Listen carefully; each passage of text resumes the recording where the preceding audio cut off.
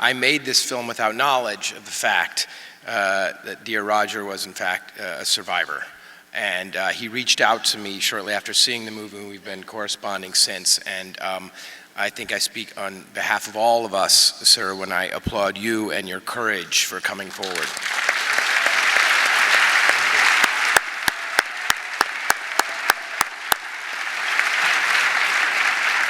You can try to play it off, but it is exactly that courage which is, in fact, changing the world and letting other people know it's safe to come forward, not just in terms of clerical abuse, but all forms of sexual abuse across the spectrum. So thank you for that.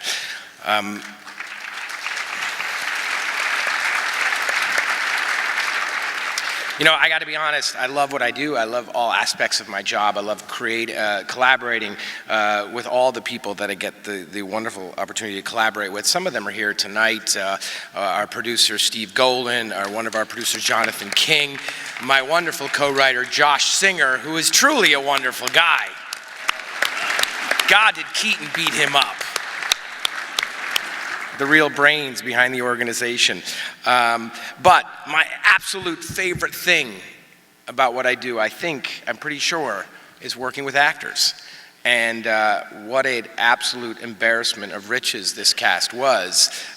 Leaving these three aside, you know, you had your Stanley Tucci and your Billy Crudup and your John Slattery and your Liev Schreiber, your Michael Cera Clayton and your Neil Huff, Paul Guilfoyle, who we saw up there in a clip, right? Jamie Sheridan, so many wonderful, wonderful actors. It was just a joy coming to set. But we really are here, and I think rightly so on some level, to celebrate the heart and soul of this particular production. And I think I'm going to guess incorrectly we played Ruffalo's Thank You too early tonight. It felt early to me. I'm just going to say that. If it felt early to you, raise your hand. If you're angry, say I'm angry. Thank you. Just kidding. But first, let's start with Mark, because man, you won't meet a better actor and a better person. The dude is all heart and soul, and he puts everything. I don't think there's an actor working together, working currently, who puts together performances that are so physically and emotionally complete. He's just the full package right now, and I feel like he was the sort of the vibration in our film. The guy was never really perfectly still at one moment in the movie, and his energy really propelled the film forward. So in lieu of him being here, I think we should take a minute and say, Mark Ruffalo.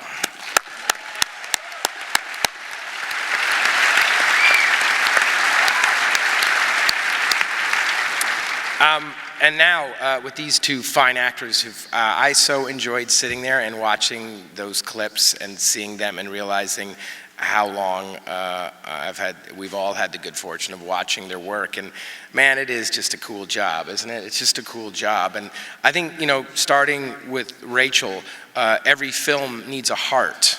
And she was our heart in this production. And she was our heart, and I think very representative of Sasha Pfeiffer. She was our heart with a really keen and compassionate intelligence.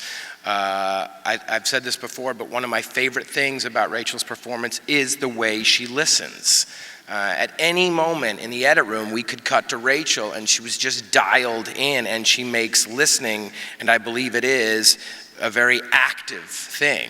And I think this is something all the great actors do. They listen because they're so alive in a scene. And I have, we met for the first time on this film, and I've never had the chance to work with her, and I've never seen her do anything like this. I was like, how's this gonna, what's this gonna be like? And from day one, she showed up, and she was so dialed in and so ready. It was just an absolute pleasure to work with her. So Rachel McAdams, get over here and get your American Riviera Award.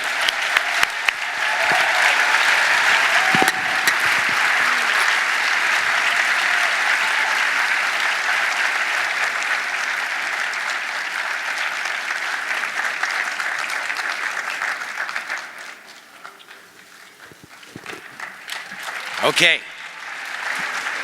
And I also believe every good team in the Spotlight, the real Spotlight reporters were in fact an incredible team, but they certainly had a captain And I think we on Spotlight, the movie, had a captain too, and that was the estimable, talented Michael Keaton. I mean, you know, I grew up watching Michael, and Michael reached out to me after one of my films. I think it was The Visitor. I'm not sure. It might have been The Station Agent. Yeah. He reached out, and I thought, man, that's cool. I got a call from Michael Keaton. I got to remember that. I got to write that down. And then when we started putting together our list, I believe it was Steve Golan, who's here tonight, who threw Michael's name right in. He's like, what about Keaton? I'm like, oh, Keaton's cool. That's a good idea. And I got to talk to Keaton. He's like, well, he's just finished this little movie, Birdman. I don't know if you heard of it. And I went and watched it by myself in the Fox screening room, and I was like, holy shit. And I got to get this guy on, and man, he's one of the, I had no idea what to expect, and again, a man who is a consummate pro. There's a reason he's had the career he's had for as long as he's had. He's a consummate pro, but he's also absolutely 100% unpredictable at every single moment, and I think you've witnessed some of that tonight. And he brings that to his life and his work every single moment. And it is so damn exciting to watch and to play with and to try to capture. And I feel very lucky to have had that opportunity. All that said, he's just a hell of a lot of fun to spend time with. So I hope you all individually tonight have the chance to spend a minute with Michael Keaton. That's what you get for being here. 1 minute.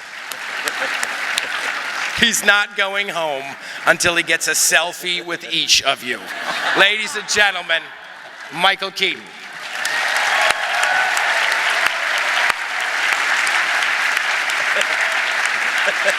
Thanks.